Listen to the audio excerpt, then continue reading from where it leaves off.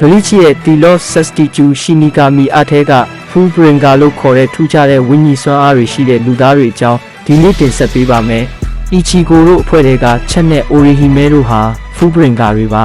။ Fullbringer ဆိုတာဟာဝိညာဉ်အာယုံခံနိုင်စွမ်းရှိတဲ့လူသားတွေဖြစ်ပြီး Fullbringer လို့ခေါ်တဲ့အစွမ်းကိုမွေးရပါပိုင်ဆိုင်ထားသူတွေဖြစ်ပါတယ်။ယင်းတို့ဟာရုပ်ဝတ္ထုပစ္စည်းအလုံးမှာကိန်းအောင်နေတဲ့ဝိညာဉ်တွေကိုထိန်းချုပ်မှုနှောက်နိုင်စွမ်းရှိကြပါတယ်။ယင်းတို့ရဲ့အစွမ်းတွေဟာHollow တွေရဲ့ဝိညာဉ်စွမ်းအင်အပေါ်မှာအခြေခံထားတာပါ။ဝိညာဉ်အာယုံခံနိုင်စွမ်းရှိတဲ့လူသားတွေအတိုင်းပဲ Fullbringer တွေဟာ Hollow တွေတေမင်းတွေနဲ့အခြား Fullbringer တွေရဲ့ဝိညာဉ်အရှိန်အဝါကိုသိရှိနိုင်ပါတယ်။သို့တော်လည်းသူတို့ရဲ့ထူးခြားချက်ကတော့သူတို့မမွေးဖွားခင်မှာမိခင်ဖြစ်သူဟာ Hollow တိုက်ခိုက်တာကိုခံခဲ့ရပေမဲ့အသက်ရှင်ကျန်ရစ်ခဲ့သူဖြစ်ရပါမယ်။ထိုတိုက်ခိုက်မှုကြောင့်မိခင်ရဲ့ခန္ဓာကိုယ်ထဲမှာ Hollow စွမ်းအင်အကျွင်းကြံတွေကျန်ရှိနေပြီးမွေးဖွားချိန်မှာကလေးငယ်စီကိုကူးဆက်သွားတာဖြစ်ပါတယ်။ဒါကြောင့်လို့သူတို့ရဲ့စွမ်းအားဟာတေမင်းတွေထက် Hollow တွေရဲ့စွမ်းအားနဲ့ပိုပြီးတော့တူညီနေတာဖြစ်ပါတယ်။ Fullbringer အစွမ်းဟာရုပ်ဝတ္ထုပစ္စည်းတွေကဝိညာဉ်တွေကိုစေခိုင်းနိုင်ပါတယ်။ Bleach လောကမှာလမ်းဘေးတက်တိုင်းဒါမှမဟုတ်ကလထိုင်လိုမျိုးတာမန်ပစ္စည်းတွေမှာတောင်မှသေးငယ်တဲ့ဝိညာဉ်တွေရှိကြပါတယ်။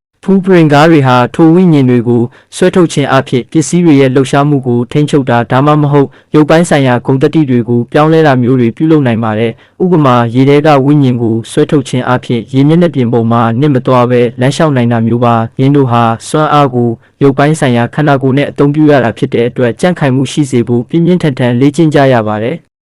Fullbringer တယောက်သေဆုံးသွားခဲ့ရင်တော့သူ့ရဲ့အစွမ်းတွေဟာလည်းလောကကြီးကနေပျောက်ကွယ်သွားပေမဲ့ဝိညာဉ်လောကစီကိုတော့ထိုအစွမ်းတွေကိုယူဆောင်သွားနိုင်ပါတယ်။ Fullbringer အသုံးချပုံတွေကတော့ပထမတစ်ခုကအရှိန်ပြင်းလှုပ်ရှားမှုခြေထောက်အောက်မှာရှိတဲ့မြေပြင်ရဲ့ဝိညာဉ်ကိုဆွဲထုတ်ပြီးရုန်းကန်အားကိုမြင့်တင်ကအရှိန်ပြင်းစွာလှုပ်ရှားနိုင်တာဖြစ်ပါတယ်။ထို့သို့ပြုလုပ်ချိန်မှာ Bringer Light လို့ခေါ်တဲ့အစိမ်းရောင်အလင်းတန်းလေးတွေထွက်ပေါ်လာလေ့ရှိပါတယ်။ဒုတိယတစ်ခုကမိမိအလွန်တန်ဖိုးထားတဲ့ဒါမှမဟုတ်နှစ်သက်တဲ့ပစ္စည်းတစ်ခုကိုအသုံးပြုပြီးဂင်းရဲ့ပုံသဏ္ဍာန်ကိုပြောင်းလဲစေကအစွမ်းထုတ်ဖော်တာဖြစ်ပါတယ်။ဥပမာKugo Ginjoဟာသူ့ရဲ့လက်ဆွဲကိုဓာတ်အဖြစ်ပြောင်းလဲနိုင်ပါတယ်။နောက်ဆုံးအနေနဲ့အစွမ်းလွှဲပြောင်းခြင်းပါ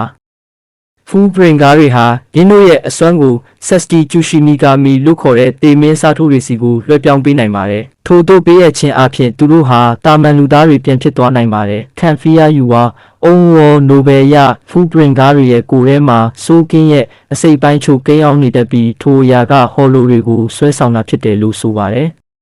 နောက်ပြီးအဲ့ဒီ Nobel တွေက Execution အဖွဲ့ရဲ့ခေါင်းဆောင်အသစ် Ora Michiba နေဟာဘယ်ပစ္စည်းကိုမှတန်ရောစင်မရှိတဲ့အတွက်တိကျလက်နက်မရှိပေမဲ့အခြေခံဝိညာဉ်ထိန်းချုပ်မှုမှာအလွန်မြင့်မားတဲ့အတွက်ခန္ဓာကိုယ်ကိုထိခိုက်ဒဏ်ရာကနေချက်ချင်းပြန်ကုသနိုင်တာပတ်ဝန်းကျင်ကိုထိန်းချုပ်တာတွေကိုအံ့ဖွယ်အဆင့်ထိပြုလုပ်နိုင်ပါတယ်။ Fullbringer ရဲ့အယူအဆဟာဂျပန်ရိုးရာရှင်တိုဘာသာလိုမျိုးအရာခတ်သိမ်းမှာဝိညာဉ်ရှိတယ်ဆိုတဲ့အယူအဆပေါ်မှာအခြေခံထားတာပါ။ Kubo ဟာFullbringer အများစုရဲ့အစွမ်းအမည်တွေကိုအနောက်တိုင်းတေးဂီတအဖွဲ့တွေဒါမှမဟုတ်တခြင်းအမည်တွေကိုအစွဲပြုပြီးပေးထားတာဖြစ်ပါတယ်။ဒါကတော့ Bleach ထဲကထူးခြားတဲ့စွမ်းအားတွေနဲ့မွေးဖွားလာတဲ့ပုံမှန်မဟုတ်တဲ့လူသားတွေအကြောင်းပြောပြပေးခဲ့တာပါ